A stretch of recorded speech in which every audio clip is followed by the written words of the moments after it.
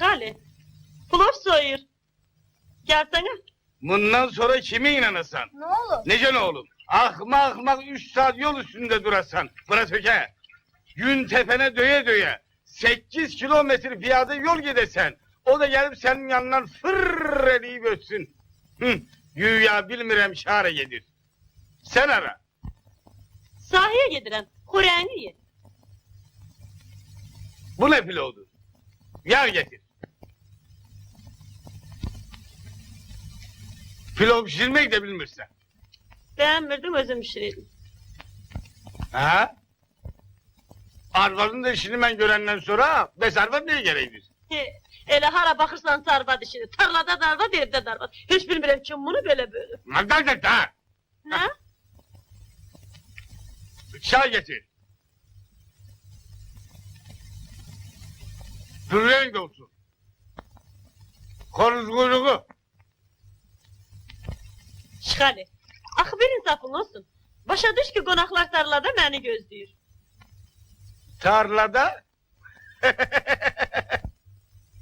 Konak şu süfre açarlar. Süfre. Yoksa siz kimi? O tarla senin, bu tarla benim. Bu tarla senin, o tarla benim. Kamil'le Nefes bütün işleri körlediler. Beri bak.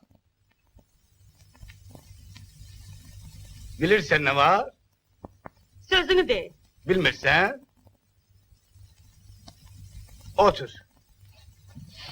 Gez Münevvere de ki, eğer konakları emelli başlı kabul etmek istiyorsa beni çağırsın. Boy. Səni niyə? Bəli, beni.